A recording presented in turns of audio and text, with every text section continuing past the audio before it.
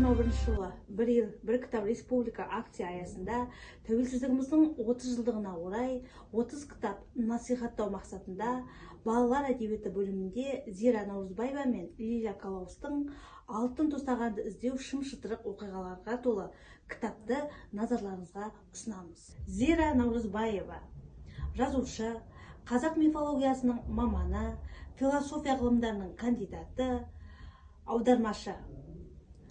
Лиля Калаус филология факультетін бітірген жазушы-блогер, әдеби редактор, сценарист, радиожүргізуші, әдеби шеберлік оқытушы. Осындай екі мықты күш біріктіргеннен кейін керемет шығарма жазылатыны сөзсіз.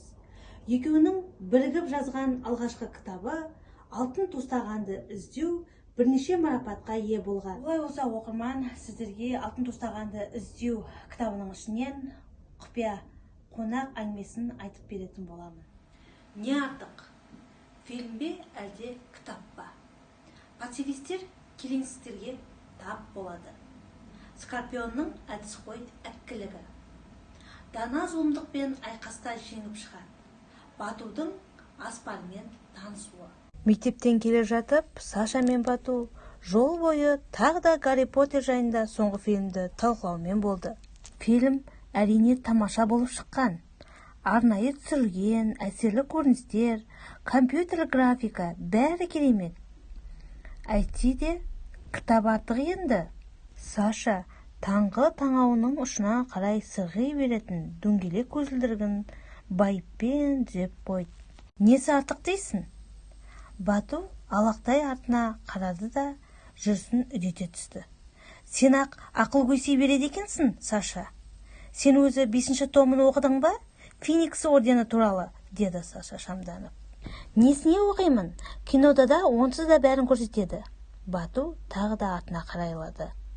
Тезірек жүрейік, әжем тосып отыр. Әжең? Неменеге тосады? Деді Саша таңырқай. Кішкентай баламысың сен? Өзің кішкентайсың. Бату күрсінді. Бұл күн Бату үшін ауыр болды. Тарих пәнінің мұғалімі баттитып екілік қойғаны аздай, күнделігіне ескерту жазып, ата-анасын мектепке шақыртып жатыр. Рас, артынша аздап жолы болғандай, мектептен елеусіз сытылып шығудың сәті түсті. Бірақ ол да неғайбыл. Өйткені зәбір көріп, зәриза болған басы жақсы біледі. Скорпион ешкімді оңайшылықпен жібере қоймайды. Тезірек жүгіріп, үйге жетіп алуы керек. Ал мына төрткөз тағы да сүйікті Поттерін жылап кетті. Түсінсеңші, кітапта небір қызық нәрселер айтылады.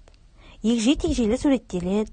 Гарри қалай оқиды, Гогвартстан қандай сабақтар жүреді, мұғалімдері қандай, онда қандай жануарлар мекендейді, өзге балалар не істейді, тіпті нағыз дуалар келтіріледі. Я саған, нағыз не өзің жасап көрдің бе? Деп күліп жібереді.